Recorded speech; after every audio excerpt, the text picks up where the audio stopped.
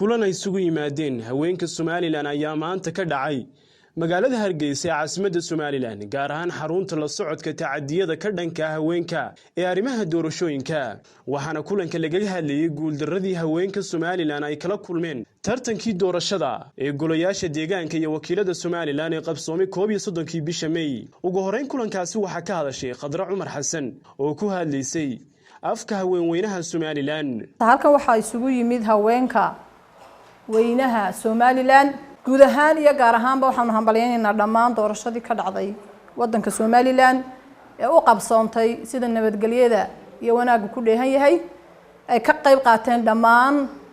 muwaadiniinta u dhalatay reer Soomaaliland haween iyo ragba waxaan rabnaa halkan inaanu maanta ka yar iclaamino haweenka Soomaaliland dhammaantood yar iyo weyn waxay ka soo shaqeeyeen amba dhidibada u soo aaseen Soomaaliland dhismaheeda kala duwan dhaqan dhaqaale iyo siyaasadeed iyo bulsho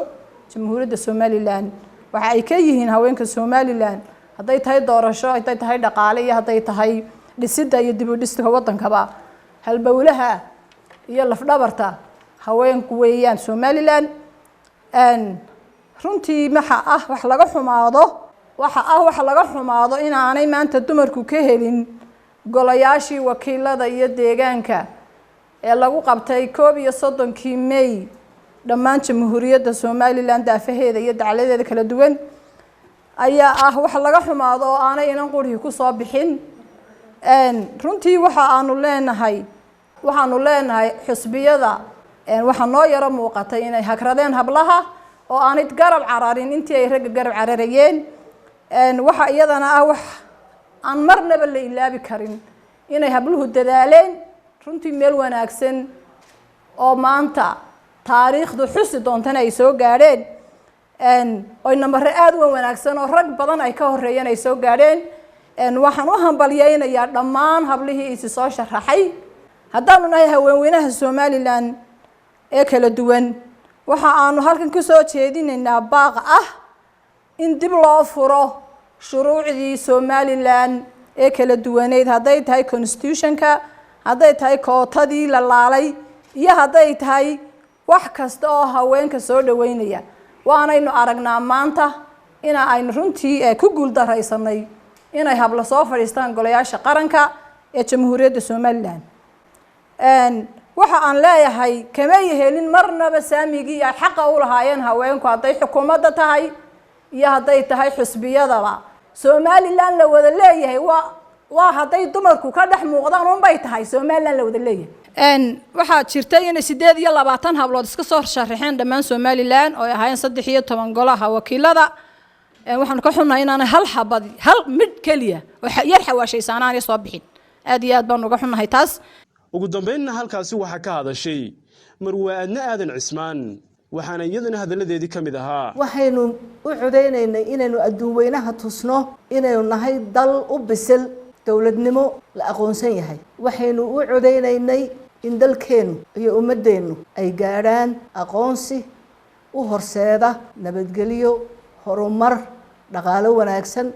waxaase nasiib darro noqotay in iyada oo Soomaaliland aanay ka aradnayn mutacalimiin rag iyo dumar bale Soomaaliland aanay ka maqnayn dad naftooda u hura inay ka